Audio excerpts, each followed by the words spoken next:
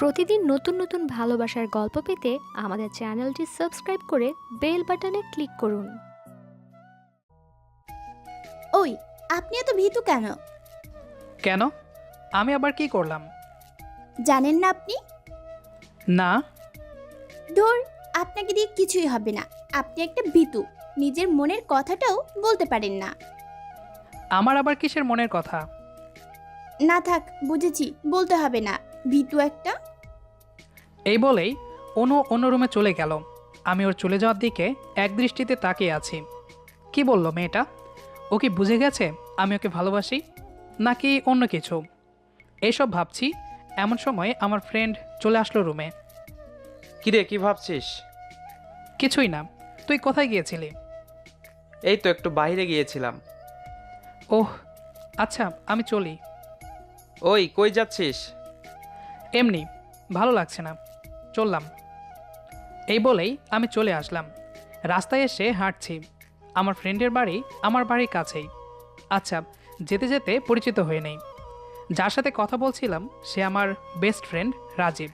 আর প্রথমে যে আমাকে প্রশ্নগুলো করলো সে হলো আমার ফ্রেন্ডের ছোট বোন অনু। ও হ্যাঁ, আমার নাম তো বলাই হলো না। আমার নাম তানভীর। পড়ালেখা এখনও শেষ হয়নি, কিন্তু আমি অনেক আগে থেকেই বাবার কোম্পানি সামলিয়ে আসছি। এখন বাবা আছেন, তাই অতটা সময় দিতে হয় না আমার। কিন্তু বাবা বলেছেন পড়ালেখা শেষ হলেই আমার নামে কোম্পানি করে দেবেন। আচ্ছা, পরিচয় দিতে দিতে বাসায় চলে এসেছি। কিন্তু কেন জানি আমার ভালো লাগছে না। ওনার কথাগুলো কেন জানি মাথা থেকে যাচ্ছেই না। মেয়েটা কি বোঝাতে চাইলো সেটাই বুঝলাম না। অনু একটু চঞ্চল স্বভাবের মেয়ে, মানে সবসময় মজা করবে, আনন্দ করবে। আর আমি একটু শান্ত স্বভাবের ছেলে। কিন্তু অনুকে ভালোবাসি প্রায় 6 বছর হলো, কিন্তু এখনও বলিনি। অন্য কারো বোন হলে এতদিনে হয়তো বলেই দিতাম, কিন্তু ওর ব্যাপারটা আলাদা। ও আমার বেস্ট ফ্রেন্ডের বোন। রাজীবের সাথে আমার সম্পর্ক প্রায় 19 বছরের। সেই ছোট থেকেই ও আমার খুব কাছের একটা বন্ধু। তাই ওর বাড়িতে আমার প্রতিদিন যাওয়া হতো।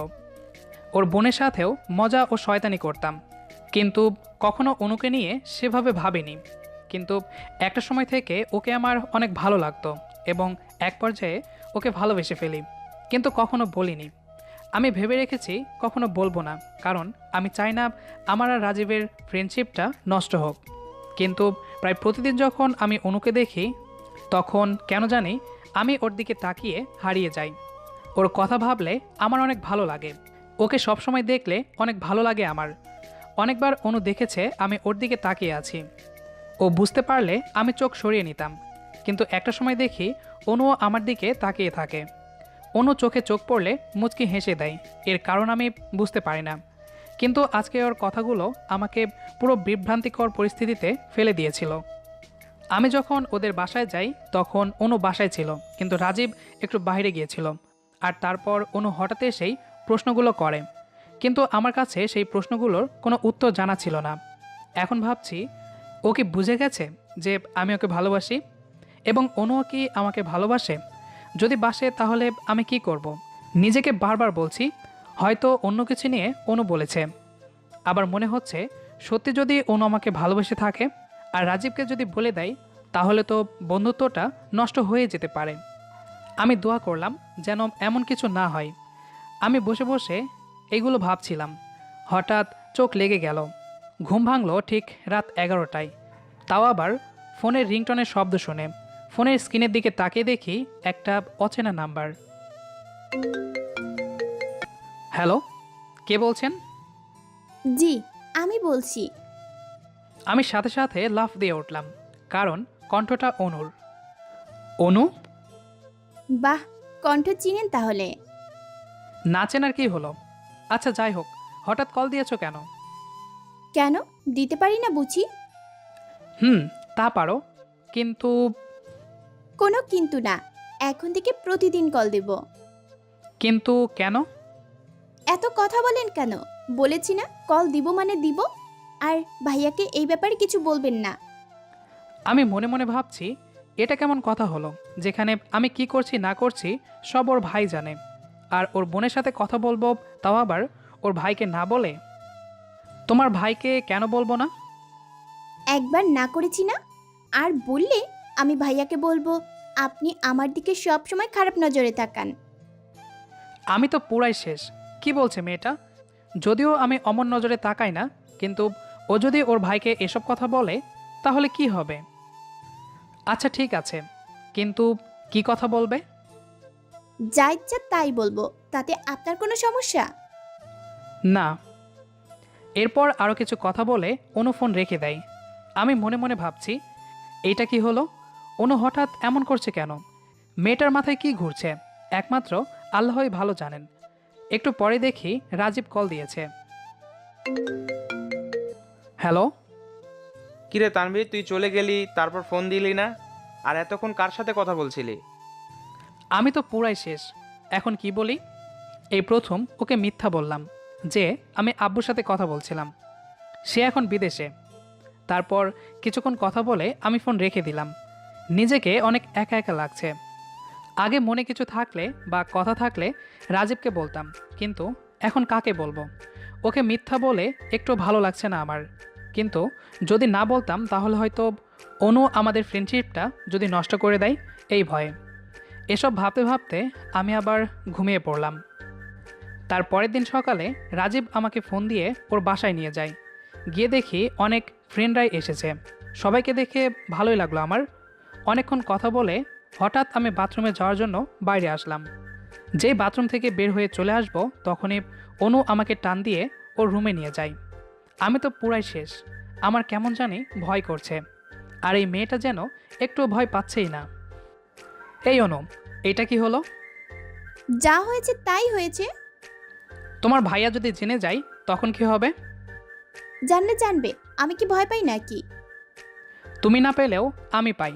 যদিও দেখে এবং না, দেখবে না। আমি ভেবেছিলাম আপনি বোকা, এখন তো দেখছি আপনি সব থেকে বড় ভীতু। হ্যাঁ হয়েছে, এখন আমি যাই। আরে শোনেন, কি? কালকে নিশ্চয়ই আমার কথা ভেবেছেন। এখন এই কথা কেন? আর আমি আপনাকে নিয়ে ভাববো কেন? আমার ভাবার অনেক কিছু আছে।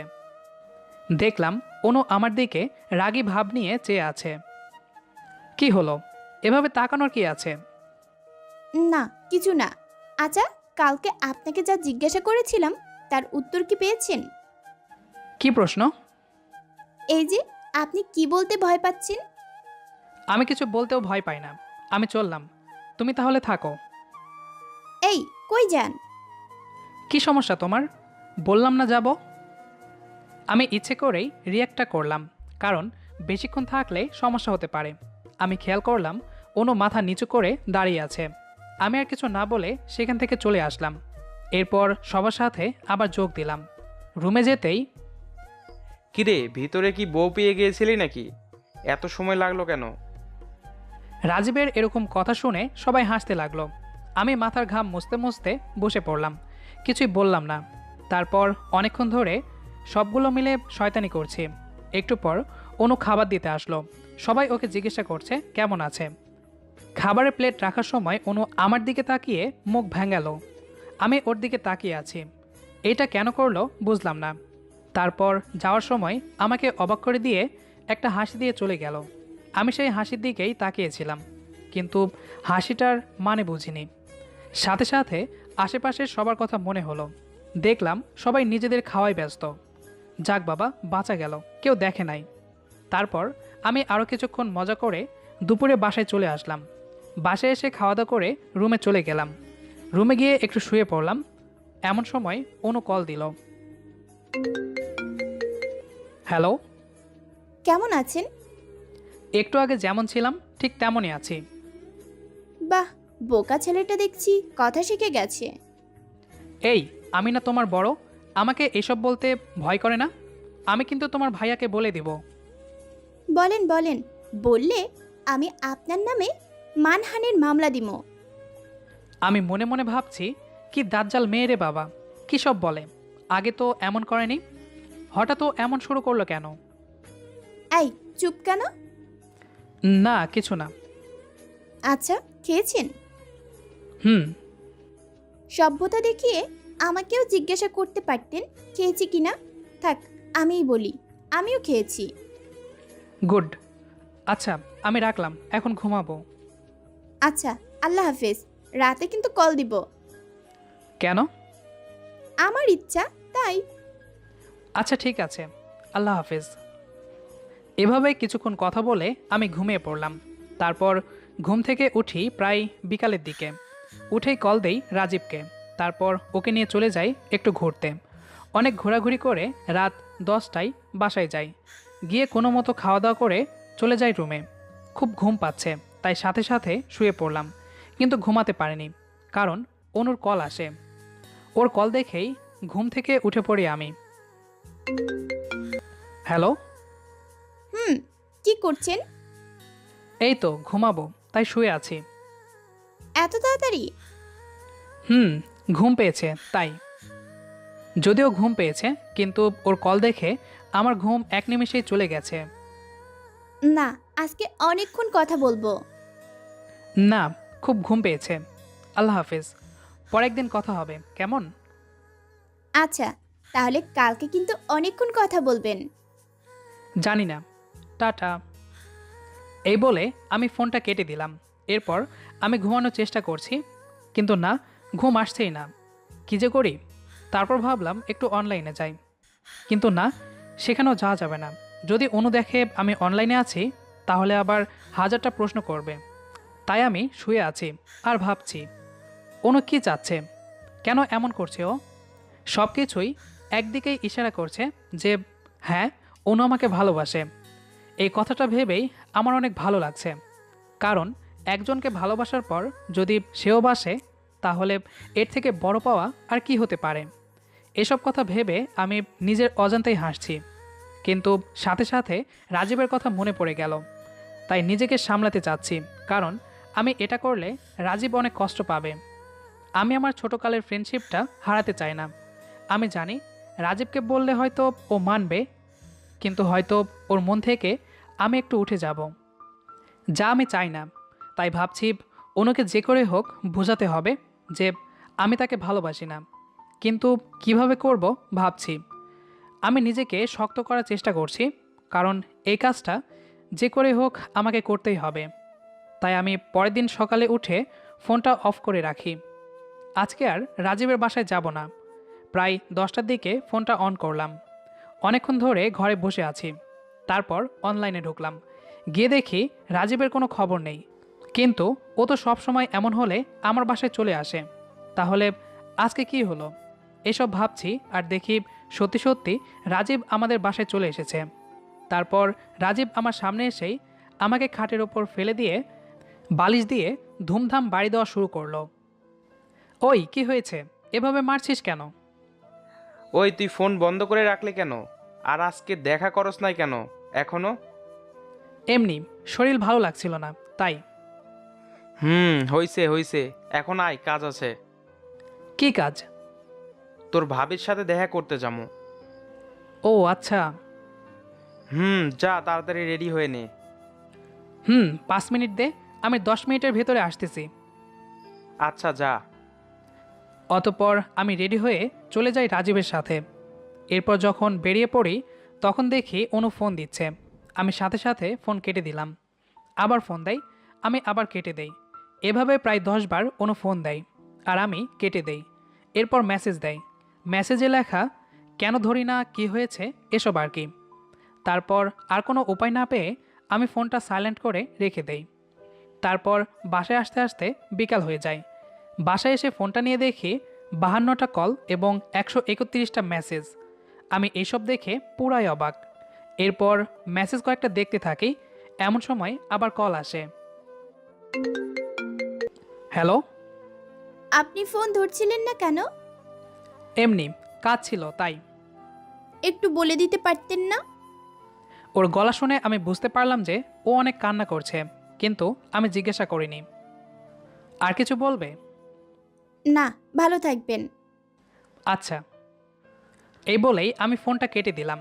এরপর প্রায় 3 দিন রাজীবের বাসায় যায় না। রাজীব অনেকবার জিজ্ঞাসা করেছিল কি হয়েছে। আমি বলি এমনি, কাজ আছে তাই আসতে পারিনি। 3 দিন পর রাতে শুয়ে আছি, ঠিক এমন সময় অনু কল দিল। ফোনটা ধরতেই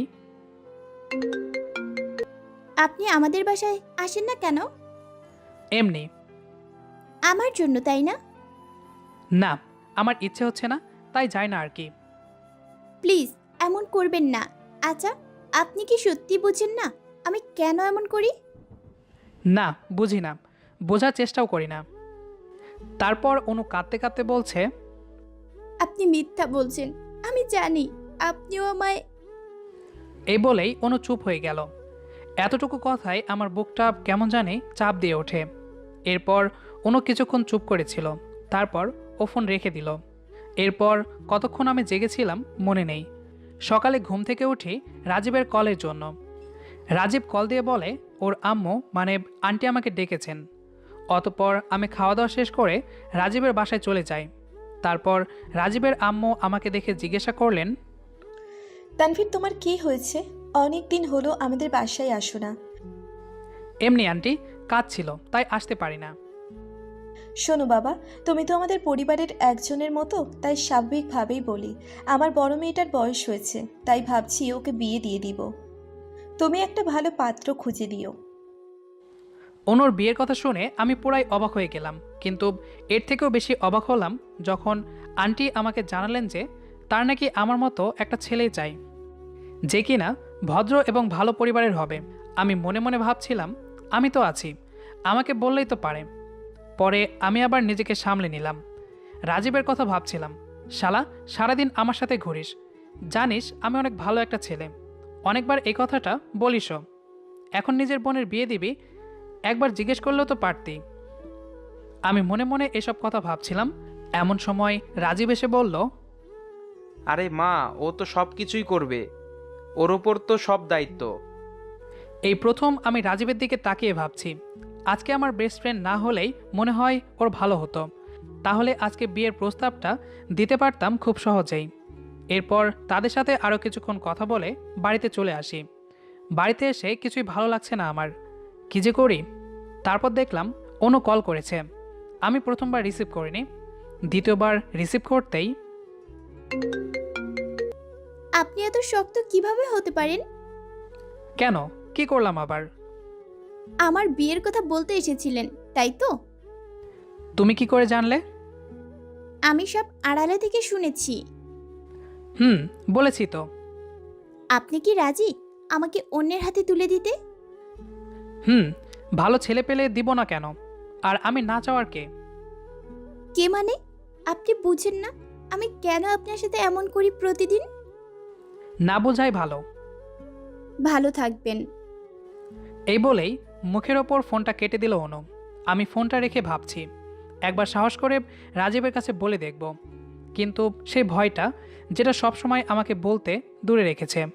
যদি বন্ধুত্বে একটু দূরত্ব সৃষ্টি হয়, আমি কখনোই আমার এতদিনের বন্ধুত্ব নষ্ট করতে পারি না, এটা ভুল হবে। এরপর আমি নিজেকে অনেক বুঝাই যে না, আমি এই বিষয় নিয়ে কখনো কথা বলবো না। তারপর আমি এসব ভাবতে ভাবতে চুপচাপ শুয়ে পড়লাম। কেন জানি আমার অনেক কান্না পাচ্ছে। অতঃপর চোখের কোণা দিয়ে নিচ থেকেই পানি গড়িয়ে পড়ছে। যতই মুছি আরও যেন বেড়ে যাচ্ছে চোখের জল। তারপর আমি অনেকক্ষণ কান্নাকাটি করার পর শুয়ে পড়লাম। এরপর রাতে রাজীবের সাথে একটা রেস্টুরেন্টে যাই। আমি খেয়াল করলাম রাজীব অনেকক্ষণ ধরে আমার দিকে তাকিয়ে আছে।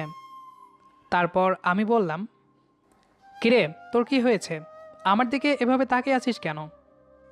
একটা সত্য কথা বলবি? আমার কেন জানি না অনেক ভয় করছে। আজকে হঠাৎ কথা বলার জন্য পারমিশন নিচ্ছিস? জিজ্ঞাসা করবি কর। তুই আমার কাছে কিছু লুকাচ্ছিস না তো? আমি অনেক দিন ধরে লক্ষ্য করছি তুই অন্যরকম হয়ে গেছিস। আমার বাড়িতে আসিস না, কেমন যেন মন খারাপ করে থাকিস। কি হয়েছে আমাকে বল। আরে না, ধুর, আমার কিছুই হয় নাই। মিথ্যে কাকে বলছিস, আমাকে নাকি নিজেকে? তোকে আমি সেই ছোট থেকে চিনি, তোর কথার মানে আমি জানি। প্লিজ বল, কি হয়েছে তোর? আরে না রে বাপ, কিছু হয়নি আমার। রাজীবকে খুব ইচ্ছে হচ্ছে বলতে, কিন্তু না, পারছি না। এরপর দুজন বাসায় চলে আসি। রাতে শুয়ে আছি, এমন সময় অনু আবার কল দিল। আমি ফোনটা রিসিভ করতেই অপর প্রান্ত থেকে অনু বলে উঠল, কেমন আছেন? ভালো, তুমি? যেমন রেখেছেন। হুম। কালকে একটু বাসায় আসবেন? কেন? না মানে কালকে সবাই ঘুরতে যাবে। ভাইয়া হয়তো কালকে আপনাকে নেওয়ার সময় বলবে, কিন্তু আমি চাই আপনি আসেন। না, ইচ্ছে নেই। প্লিজ। কেন জানি আমার খুব কষ্ট হচ্ছে ওর কথাগুলো শুনে, তাই আর না করিনি। অতঃপর পরের দিন সকালে রাজীব আমার বাসায় এসে হাজির। ওই বেটা, আর কত ঘুমাবি?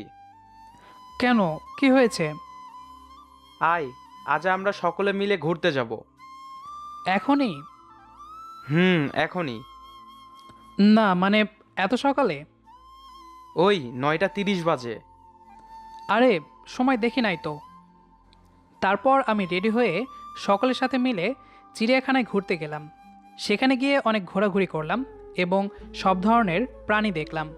কিছুক্ষণ পরে অনু বলল সে নাকি আইসক্রিম খাবে, কিন্তু রাজীবের সব থেকে ছোট বোন মানে আরিশা বলছে সে নাকি অন্যদিকে যাবে। এবার শুরু হলো আসল সমস্যার কারণ। ছোটটাকে কোনোভাবেই বোঝানোই যাচ্ছে না। অবশেষে অনু বলল, আমি ওনার সাথে চলে যাই। ভাইয়া, তুই আম্মুকে আর আরিশাকে নিয়ে ওই দিকে যা। Good idea. তানভীর, তুই অনুকে নিয়ে যা, আর আমি আরিশা আর আম্মুকে নিয়ে যাচ্ছি। আমি আর কিছুই বলতে পারলাম না, কারণ কেনই বা না করব আমি। তাই চুপচাপ চলে গেলাম অনুর সাথে। অতঃপর আমরা চুপচাপ হাঁটছি। দোকানটা একটু দূরেই, তাই খুব ভয় হচ্ছে আমার। কেন জানি আমার মুখ দিয়ে কোনো কথা বেরোচ্ছে না। একটু পর দোকানে গিয়ে আমি অনুকে একটা আইসক্রিম কিনে দিলাম এবং আমি একটা পানির বোতল হাতে নিয়ে নিলাম। কিছু বলছেন না যে? এমনি। আসেন না, ওইদিকে গিয়ে বসি। না, তোমার ভাইয়ার কাছে যেতে হবে, নইলে চিন্তা করবে। না করবেন না, কারণ সে জানে যে আপনি আমার সাথে আছেন। তারপর আমি অনুর অনেক জোরাজোরিতে একটা টোলে গিয়ে বসলাম। অনু আর আমি বসে আছি, মাঝখানে দুইজন লোক বসার মতো জায়গা আছে। অতঃপর একটু পরে অনু বলল, আচ্ছা, আপনি সত্য করে একটা কথা বলেন তো। কি বলবো? আপনি কি বুঝেন না আমি আপনার জন্য কি ফিল করি? না। সত্যি? হুম। তাহলে ওইসব কি ছিল? কোনটা? ওই যে আমার দিকে তাকিয়ে থাকা, আমার কাছে আসলে আপনি বোকা হয়ে যেতেন। একবার মনে আছে আমার সাথে আপনার হাতের একটু ছোঁয়া লেগেছিল, আর আপনি তাতে লাফ দিয়ে উঠেছিলেন। আমার দিকে আপনি সবসময় তাকিয়ে থাকতেন। আপনার চাওয়াই বলে দিত আপনি আমার জন্য কি ফিল করেন। ওর এরকম কথাগুলো শুনে আমার একটুও ভালো লাগছিল না। সত্যি বলতে ইচ্ছে হচ্ছিল যে আমি তোমাকে ভালোবাসি, কিন্তু না, চুপ করে থাকতেই হবে আমাকে। আমি আর কিছু না বলে উঠে দাঁড়িয়ে বললাম, চলো এখান থেকে, সবাই অপেক্ষা করছে। আমি এই বলেই একটু সামনের দিকে হাঁটতে থাকি, কিন্তু পেছন থেকে অনু এমন একটা কথা বলল যা শোনার জন্য আমি একটুও প্রস্তুত ছিলাম না। অনু টুলে বসে থেকেই বলল, আমি আপনাকে ভালোবাসি। আমি কথাটা শুনে সেখানেই দাঁড়িয়ে আছি। অনু আবার বলছে, আমি ভেবেছিলাম কথাটা আপনি বলবেন, কিন্তু না, আপনি বলবেন না। কিসের এত ভয় আপনার জানি না। আজকে আমি আর থাকতে না পেরে বলেই দিলাম। এখন আমার ভয় হচ্ছে যে হয়তো আপনি বলবেনই না, হয়তো আমি আপনাকে কখনো আমার জীবনে পাবই না। এই বলেই অনু কান্না শুরু করে দিল। আমারও অনেক কান্না পাচ্ছিল, কিন্তু নিজেকে সামলে নিলাম এবং আমি আবারও অনুর পাশে এসে বসলাম আর ভাবছিলাম কি বলবো। এরপর নিজেকে অনেকটা শক্ত করে নিলাম। তারপর আমি অনেক কিছু ভেবে বলা শুরু করলাম, দেখো অনু, আমি তোমাকে ভালোবাসি না। হয়তো তোমার কোথাও ভুল হচ্ছে। ঠিক আছে, আমি মেনে নিলাম আপনি আমাকে ভালোবাসেন না, কিন্তু আমি তো বাসি। অনু, হয়তো আমাকে ভালো লাগে তোমার, কিন্তু সেটা ভালোবাসা না। আমাকে আর বুঝাতে হবে না, আমি জানি কোনটা ভুল আর কোনটা সঠিক। কিন্তু আমাকে কিছু বলা লাগবে না, আমি জানি আপনি আমাকে ভালোবাসেন, কিন্তু কিভাবে বলছেন না তা আমার জানা নেই। কিন্তু একটা জিনিস দেখেন, যেদিন আমি হারিয়ে যাব ওই দিন আমাকে ডাকলেও আর ফিরে আসবো না। অনু এই কথাগুলো বলেই চলে গেল, আমাকে আর কিছুই বলতে দিল না। আমিও অনুর পিছু পিছু হাঁটছি। কি বলবো কিছুই মাথায় আসছে না। কারণ অনুর প্রতিটা কথা সঠিক। আমার খুব ইচ্ছে হচ্ছে অনুকে বলি আমিও তোমাকে ভালোবাসি, কিন্তু না, বলতে পারছি না। এরপর সবার সাথে ঘুরে বাসায় চলে আসি। বাসায় এসে নিজের রুমে গিয়ে চুপচাপ বসে আছি। এরপর অনুর কোনো কল আসেনি প্রায় 2 দিন। আমিও ওদের বাসায় যাইনি, কিন্তু রাজীবের সাথে প্রতিদিন ঘোরাঘুরি হতো। ও প্রতিদিন জিজ্ঞেস করতো কি হয়েছে। আমি হাসলেও বলতো আমার কিছু হয়েছে, কিন্তু কিছুই বলতে পারতাম না ওকে। এরপর রাজীব একদিন রাতে কল দেয়। তোকে একটা কথা জিজ্ঞাসা করার ছিল। কর। ওই দিন ঘুরতে যাওয়ার পর যখন অনু আইসক্রিম কিনতে গেল তোর সাথে, এরপর থেকে অনু কেমন জানি মন খারাপ করে থাকে। খায় একবেলা আবার খায় না। তুই কি কিছু জানিস? কিছু কি হয়েছে? আমাকে তো কিছু বলছে না ও। না, জানি না, হয়তো মন খারাপ, ঠিক হয়ে যাবে, চিন্তা করিস না। আমি কিভাবে রাজীবকে বলি ওর বোনের মন খারাপের কারণ একমাত্র আমি? এরপর প্রায় 4 দিন রাজীবের বাসায় যায় না। কারণটা রাজীব অনেকবার জিজ্ঞেস করেছিল, কিন্তু আমি এমনি বলে কাটিয়ে দিয়েছিলাম। এসব কথা ভাবতে ভাবতে হঠাৎ রাজীবের কল আসলো। হ্যালো, তুই কি এখন ফ্রি আছিস? হুম। তাহলে আমার বাসায় যা। অনু বাসায় একা আছে, ওর অনেক শরীর খারাপ। ওকে একটু ওষুধ খাইয়ে দিয়ে আয়। আমি এখানে জ্যামে আটকে গেছি। আম্মু নানির বাড়ি একটু কাজে গিয়েছেন। আমি যে কি বলবো নিজেও জানি না, কিন্তু না গেলে তো আবার প্রবলেম হতে পারে। অতঃপর আমি চলে গেলাম অনুর বাসায়। গিয়ে দেখি অনু রুমে শুয়ে আছে। আমি আলতো করে ডাক দিলাম। তারপর অনু কোনোভাবে তাকিয়ে আমাকে দেখে লাফ দিয়ে বসে পড়ে। চেহারার কি অবস্থা করেছ! মনে হয় ঘুমায় না, খায় না অনেক দিন ধরে। আপনি এখানে? তোমার ঔষধের সময় হয়ে গেছে, তাই খাওয়াতে আসলাম। না, আপনার খাওয়ানো লাগবে না। আমি না, তোমার ভাইয়া বলেছে তাই। না, ভালো লাগছে না, এখন খাবো না। অতঃপর আমি অনেক কষ্ট করে ওকে ওষুধটা খাইয়ে দিলাম। ওষুধ খাইয়ে যেই চলে আসব। একটু থাকেন না, বসে কথা বলি। কি বলবে? এমনি, প্লিজ। ঠিক আছে। এরপর কিছুক্ষণ অনুর সাথে এমনি কথা বলছিলাম আমি। তারপর অনু হঠাৎ বলে ওঠে, আমি যদি এখন মারা যাই তাহলে আপনি অনেক খুশি হবেন, তাই না?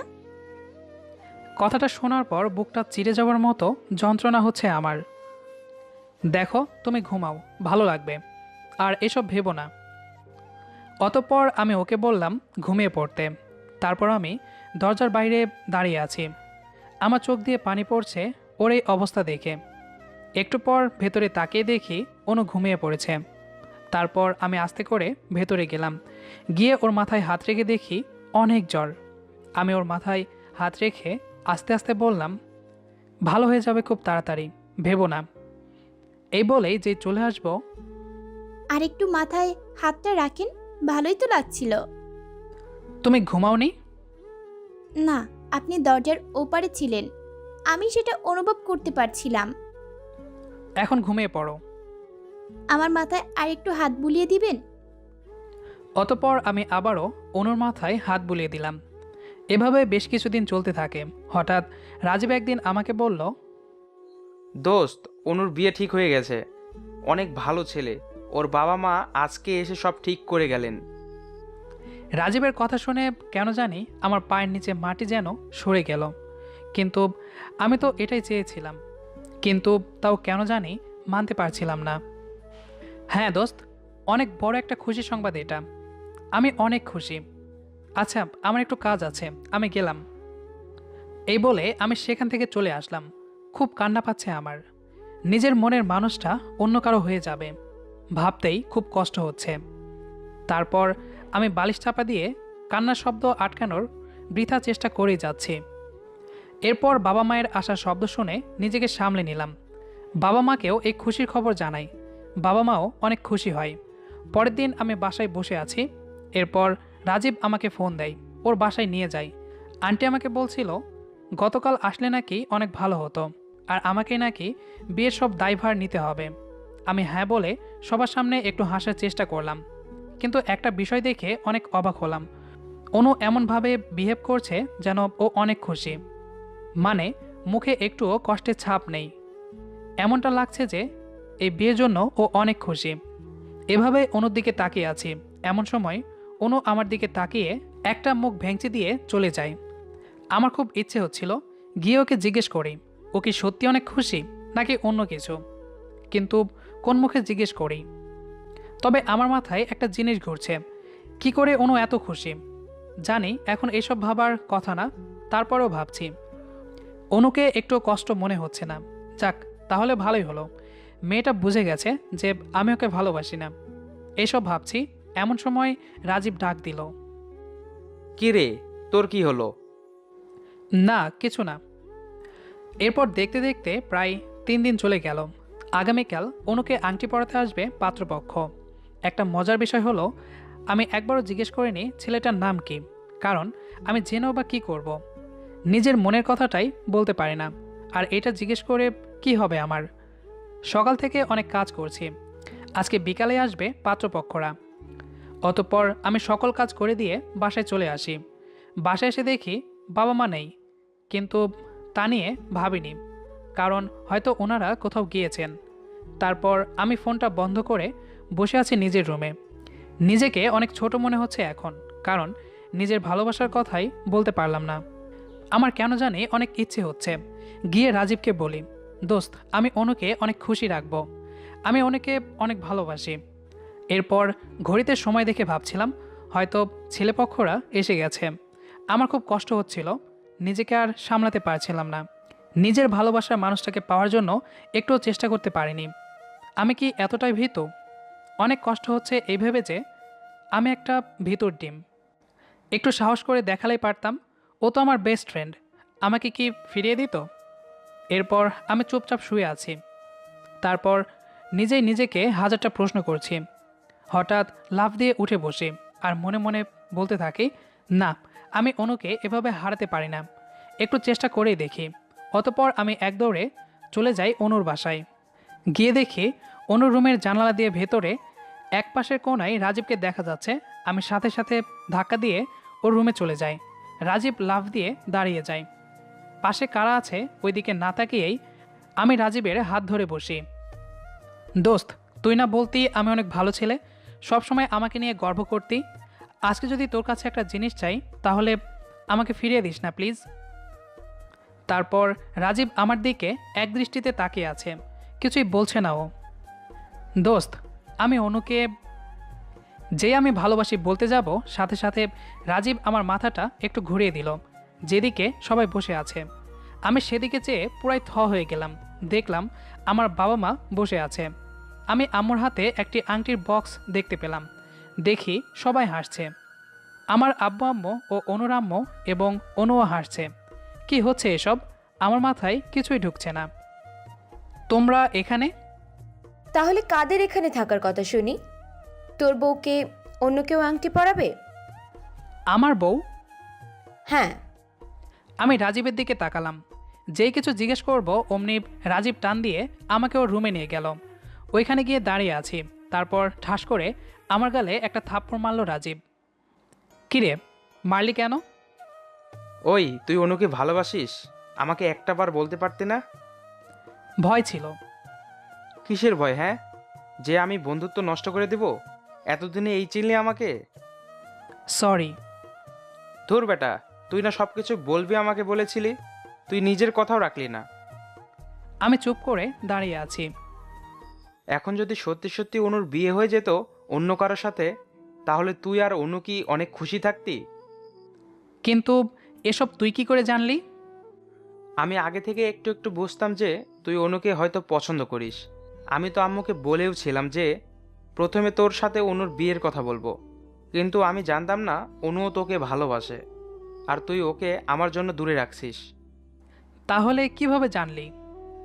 ওই যে তোকে যেদিন ওষুধ খাওয়াতে বাসায় পাঠালাম, ওই দিন তুই চলে যাওয়ার পর আমি যখন বাসায় আসি, এসে দেখি অনু কান্না করছে। অনুকে আমি মন খারাপ দেখেছিলাম, কিন্তু ওই দিন কান্না করতে দেখে ওকে জিজ্ঞেস করি কি হয়েছে। অনেকক্ষণ জিজ্ঞেস করার পর অনু আমাকে সব ঘটনা খুলে বলে যে অনু তোকে ভালোবাসে। আমি অনুকে জিজ্ঞেস করি যে তুই ওকে ভালোবাসিস কিনা। তারপর অনু আমাকে সব কিছু খুলে বলে। এরপর আমি শিওর হই তুইও অনুকে ভালোবাসিস।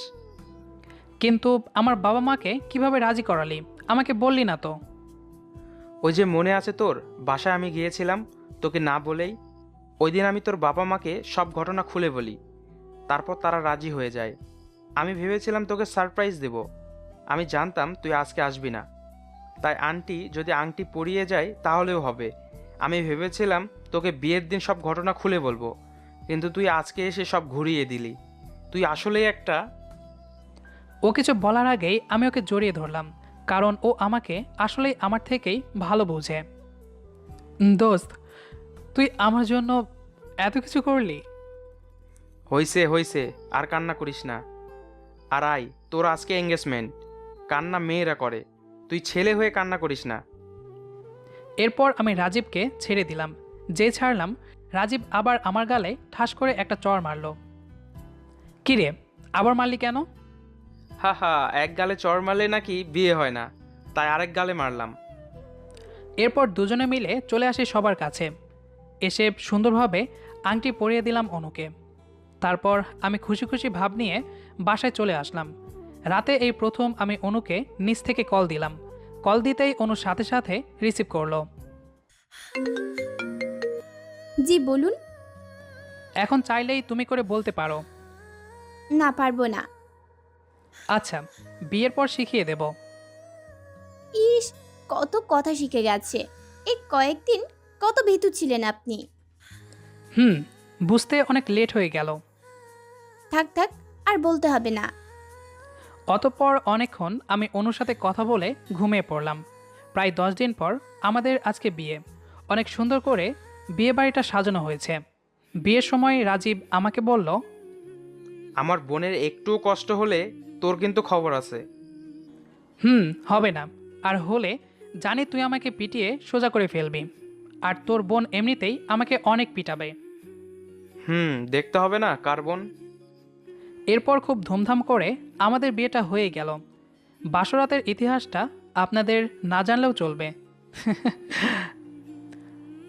আমাদের আজকের গল্পটি আপনার কাছে কেমন লেগেছে সেটি অবশ্যই কমেন্ট করে জানাবেন। দেখা হচ্ছে আবারও নতুন কোনো গল্প নিয়ে। সেই পর্যন্ত আমাদের সাথেই থাকুন। ধন্যবাদ সবাইকে।